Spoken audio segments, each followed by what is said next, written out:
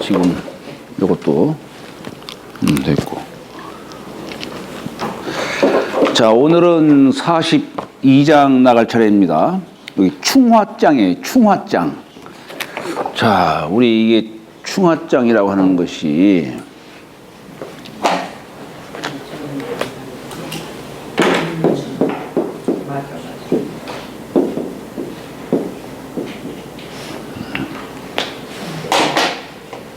이 충자가 부딪힐 충자예요. 화자는 화할 화자, 잘 조화를 이루는 거예요. 근데 이 충이라는 게 부딪힌다라고 하는 것이 뭐 서로 싸운다는 그런 개념이 아니고 이거에 조화를 이루는 거예요. 우리 삼수변에다가 가운데 중자 썼죠. 물이라는 게 어떻습니까? 물이라는 것이 늘 중을 얻어요. 자, 예를 들어서 우리 감괴가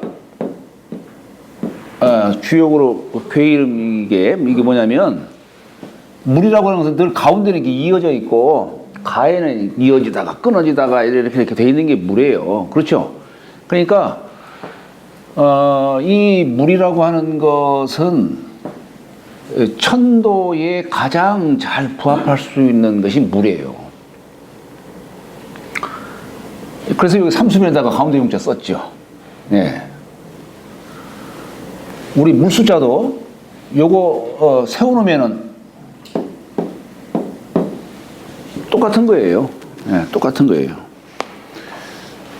그러니까 뭐 참 노자도 상선약수다 뭐 이런 얘기를 하고 공자도 물만 보면은 그냥 자지러들듯이 그냥 물이요 그렇게 하고 이 물이라고 하는 것이 계곡물을 흐를 때는 산간지게 흐를 때는 막 무탕탕탕 막 미친 듯이 막 흐르잖아요.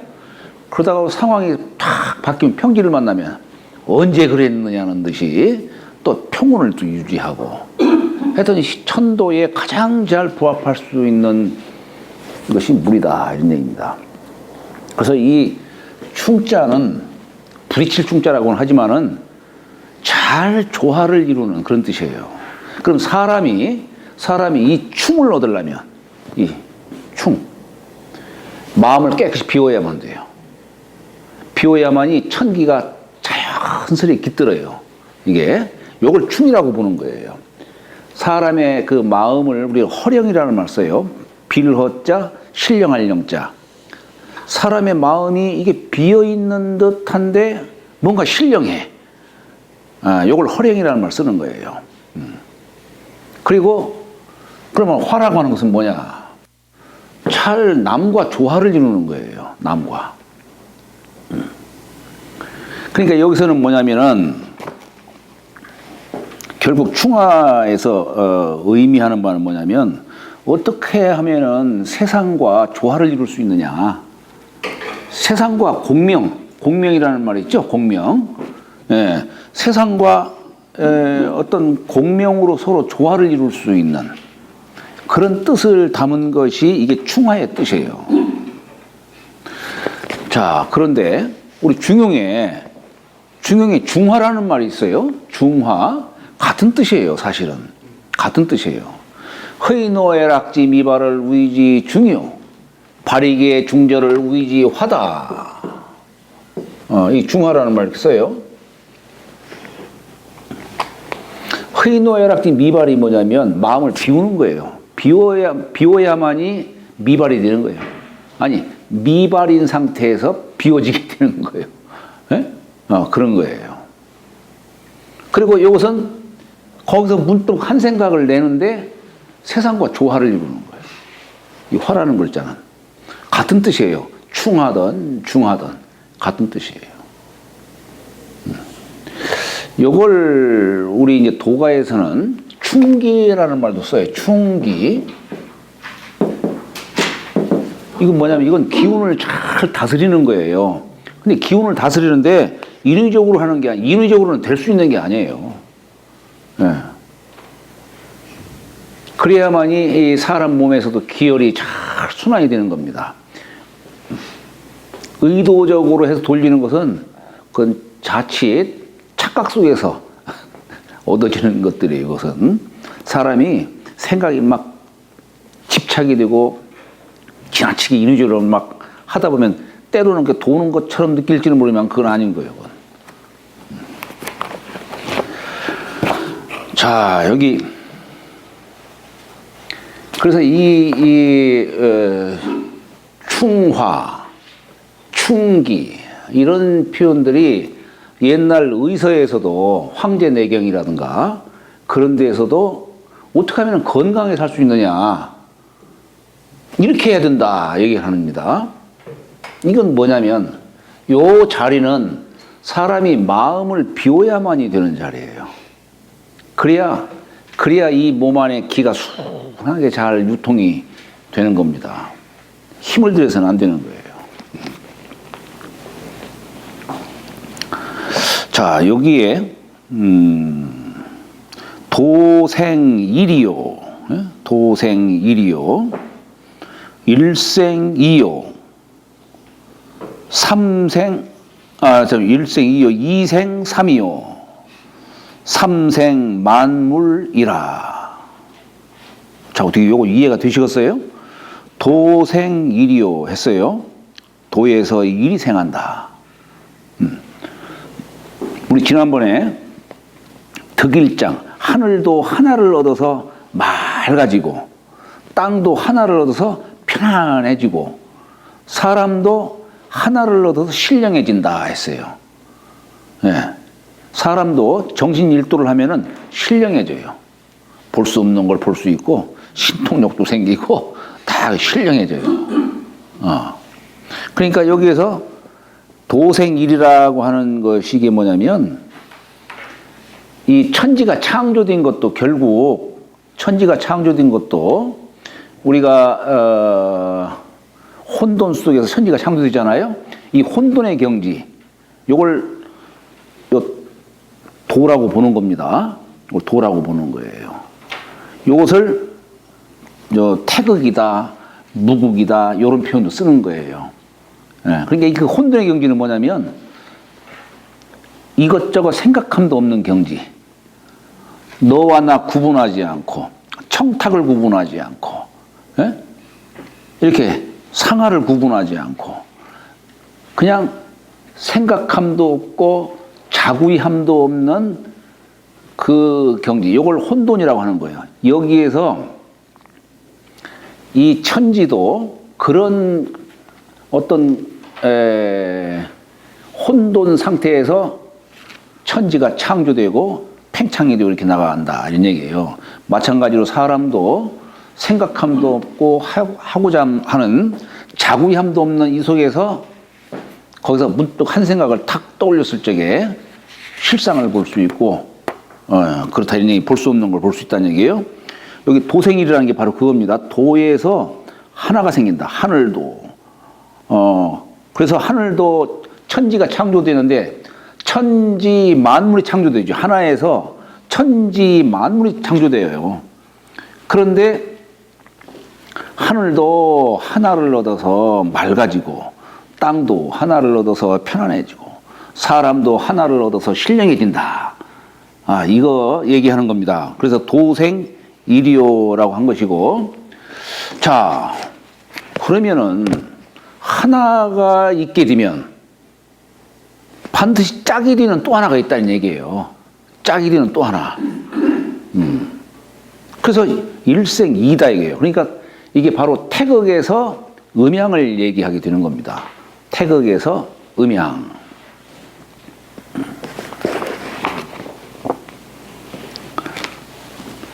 그런데 여기 또 이생 삼이요 삼생 만물이요 이랬네요.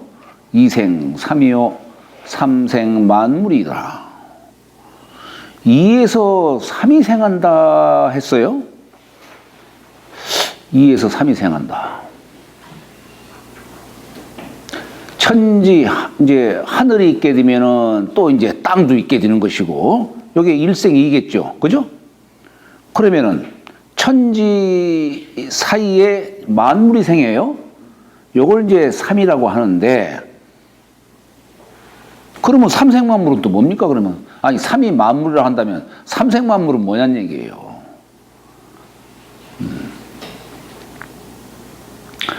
이게 뭐냐면 자, 일생이라고 하는 것은 음양 두 체로서 말하는 거예요. 그런데 요 음양의 두 체가 서로 잘 조화를 이루어야만이 해야만이 만물이 이루어지잖아요. 예를 들어서 남녀가 있어. 자식을 만들어야 되겠어. 남녀 있으면 되는 겁니까? 잘 조화를 이루어야지. 그렇잖아요. 요건 용으로 말하는 거예요. 아까 충화라고 하는 것이 여기 삼의 개념이에요. 말하자면 이게 삼의 개념이에요. 예. 그래서 2에서 3이 생하고, 그러니까 1에서 2가 생했다는 얘기는 체로서 말하는 거예요. 양체, 음체, 양물, 음물. 이 체로서 말하는 것이고, 2에서 3이 생한다는 얘기는 둘이 있으면 반드시 여기서 티격태격을 하든지 조화를 이루든지 여기서 하나가 또 생기는 거예요. 이게 바로 이제 정반합 이론이라고 하는 건데, 이게 정반합 이론이라고 하는 거예요. 그러니까 여기서 이생 삼이요 하는 것은 용적인 개념으로 말하는 거예요. 용. 둘이 있을 때는 둘은 체로서 말하는 것이고, 요건 용적인 개념으로 이렇게 얘기를 한 겁니다.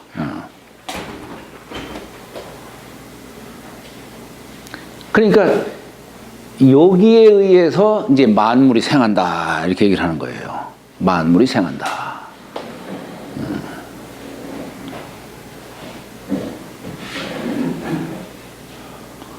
그래서 우리 주역도 보면은 주역도 삼획이 이렇게 그어져서 만물이 생하는 거예요. 그래서 팔괘에서 비로소 이름명자를 붙인 겁니다. 이름명자를 붙인 거예요. 도생 일이요, 일생이요, 이생 삼이요, 삼생 만물. 만물이 부미 포양하고 충기위 환희. 자, 만물이 부미 포양이라고 했어요. 자, 만물은 천지의 기운을 받았어요. 천지의 기운을 받았기 때문에 음양의 두 기운을 받았다 이런 얘기예요. 요걸 부미 포양이라는 용어를 쓰는 거예요. 부미 포양. 자, 짊어질 뿌자에 그늘음자를 썼어요. 음을 짊어지고, 네, 음을 짊어지고, 포양, 양을 쌓아놨다 이런 얘기예요. 음을 짊어지고 양을 쌓아놨다. 우리 포부라는 얘기가 바로 그거예요. 포부가 여기서 나오죠. 포부. 네 포부가 뭐냐? 그건 뭔 뜻이에요? 네 포부가 뭐냐? 백성은 일용이 부진가요?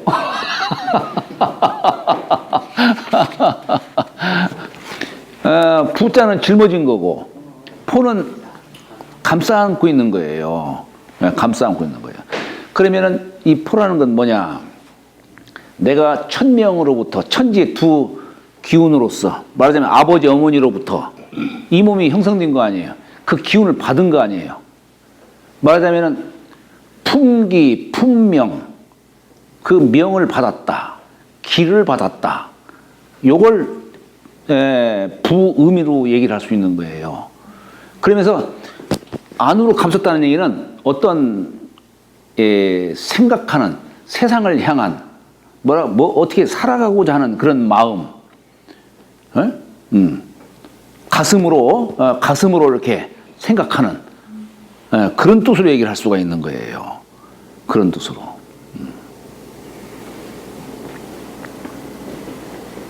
예전에 집사람하고 연애하던 시절에 어디 이제 컴컴한 데 가가지고 내가 한번 업어보고 싶다고 내가. 이게 뭐냐면 부음이 포양이에요. 이것이. 양이 음을 갖다가 짊어졌고 음은 양을 감싸는 거 아니에요. 이게 부음이 포양이에요.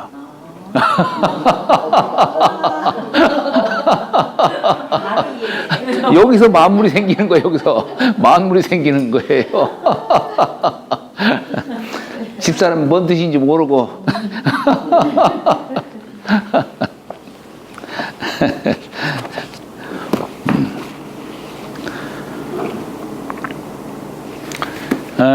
그러니까 이게 음을 바탕으로 해서 양이 이제 거기에 움직이는 것이죠. 이 포부라는 것도 바로 그런 뜻입니다. 주어진 바탕 위에서 어떤 미래를 앞을 향해서 나아가는 그런 것을, 그런 뜻을 포부다 이렇게 얘기할 수 있겠죠.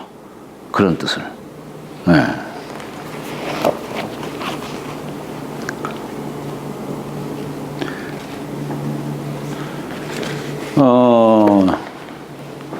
옛날에 율곡 선생이 태어난 곳을 한번 가보셨어요? 오죽헌인가? 네. 율곡 태어난 곳이 이렇게 있죠. 몽룡실이라고 했나요? 꿈속에 그 사임당 여사가 흑룡이 태중으로 들어오는 꿈을 꾸고서 율곡 선생이 잉태를 했어요.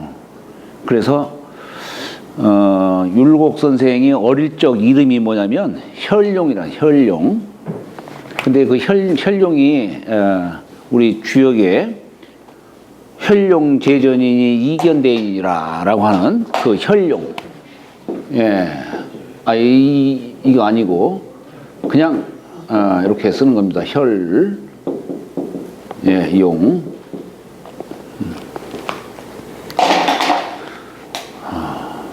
근데 율곡 선생이 이름을 이렇게 졌는데, 아이고, 뭐, 태어나서부터 보니까 아주 그냥 보통 영리한 게 아니에요. 그러다가 일찍 이제 아버지 따라서 이제 여기 한양으로 오게 될 적에 6살 적에, 네. 집안의 어르신들이 이놈 이거 보통 놈이 아니다. 근데 이게 혈룡이라고 하는 이름이 너무 이게 무겁고, 옛날에는 왕만이 이게 혈룡이지, 왕을 혈룡이라 한 거예요. 왕을 용이라 한 거예요. 이게 너무 무겁고, 이거 자칫하면 이것도 문제가 될지도 모르겠고, 그러니까 이름을 이라 한 거야. 율곡 이하죠? 예, 요 이자가 구수록자에다가,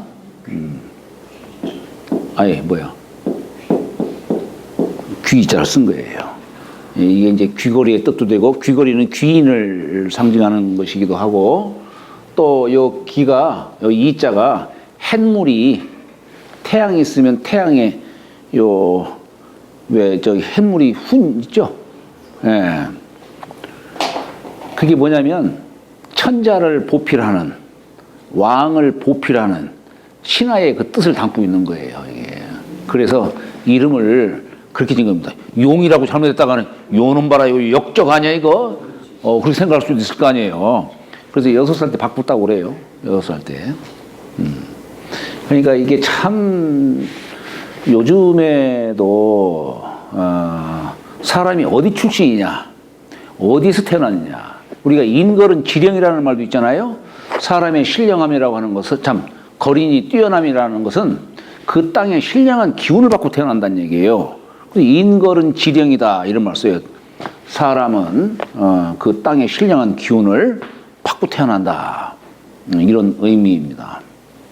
그러니까 그 바탕으로 해서 이제 세상을 살아가는 그런 뜻을 부음이 포양이다.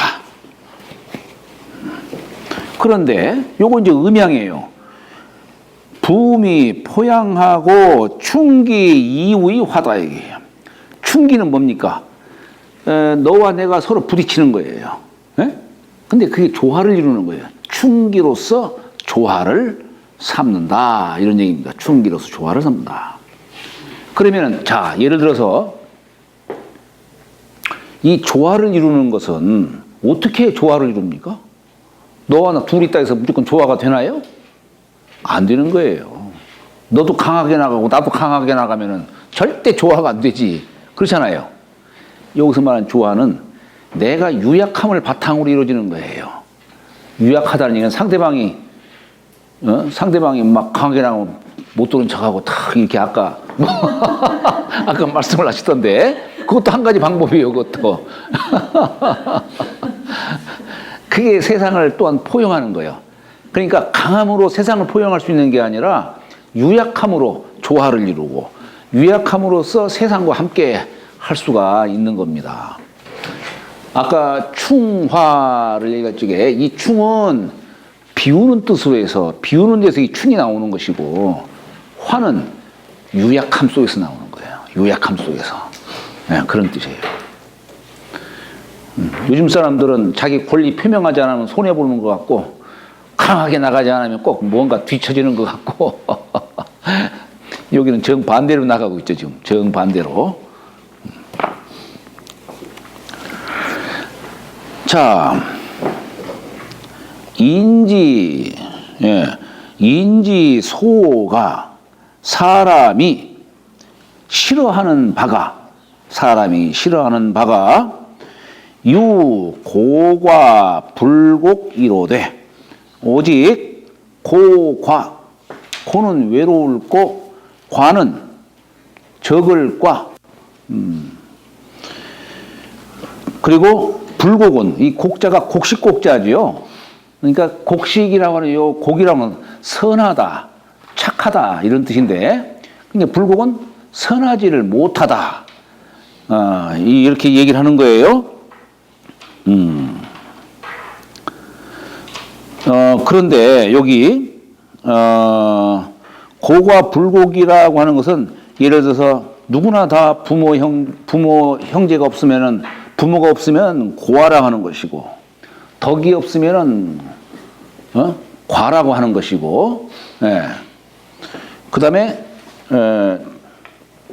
선하지 못하다는 그런 뜻 천리에 어긋나고 하는 것 누구나 다 싫어한다는 얘기 이것을 이런 것을 누구나 다 싫어하지만 그러나 왕공은 이위칭이라 왕공은 세상에 가장 부귀한 사람이 왕공이죠. 가장 부귀한 사람이 왕공인데 왕공이 자기 자신을 일컬어서 고과 불곡 이런 용어들을 즐겨 쓴다는 얘기예요. 세상이 싫어하는 것들을 즐겨 쓴다. 우리 논어글에도 보면은 어린 군주를 육척지 고다 이 고자를 써요. 그 다음에 왕이 자기 자신을 과인이라고 해요. 과인. 이게 뭐냐면 자기 자신이 덕이 적다라고 하는 겸사예요. 그러면 이렇게 겸사를 쓰는 의도가 뭐냐는 얘기예요. 고로 무리 혹 손지 이익하고 혹 익지 이손이니라. 고로 그러므로 무리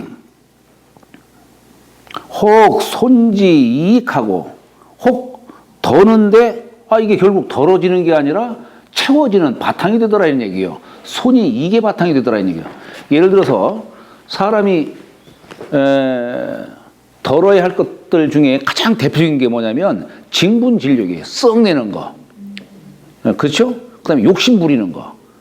이걸 가장 경계해야 되는 거예요. 이것은 사람에게서 도끼와 같다는 얘기예요. 도끼. 우리 삼독을 탐진치로 얘기해요. 삼독.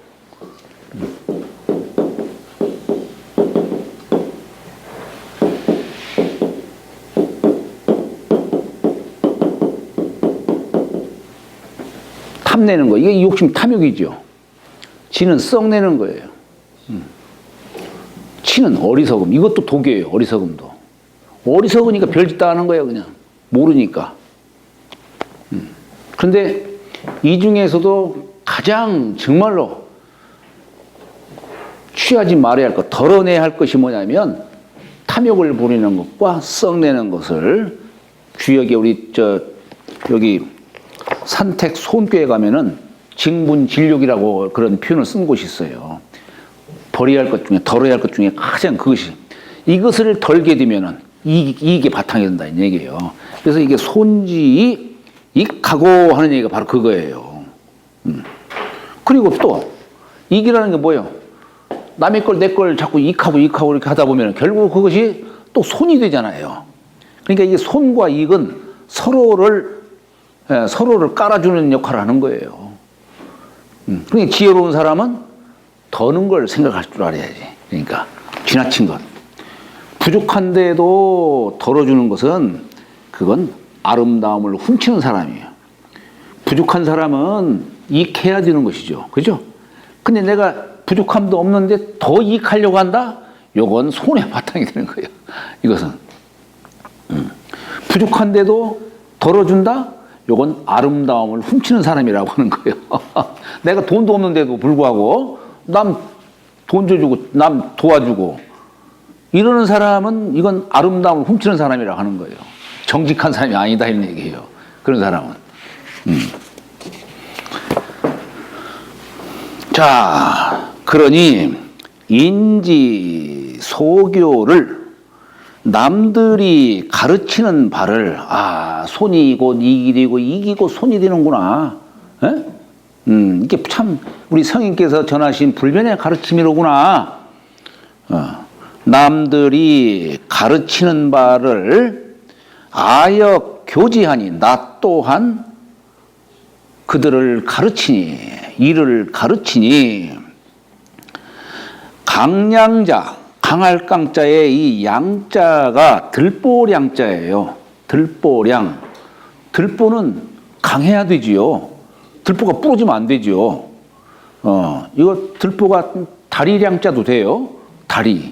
다리량자도 되는데, 이제 강하다는 뜻이지만 여기서는 그냥 강폭한 거야. 아까 부드러움으로써 잘 조화를 이루고 함께 할 수가 있는데, 강한 사람, 또 이 강폭한 사람, 이런 굽힐 줄 모르는 사람, 이런 자들은 오직 강한 곳으로만 나가다 보니까 제대로 죽지를 못해요. 비명 행사할 수 있는 사람들이에요. 부득기사가 바로 그런 뜻입니다. 그 죽음을 온전히 얻을 수 없다 이런 얘기예요. 온전히 얻을 수 없다. 그러니까 이게 뭡니까?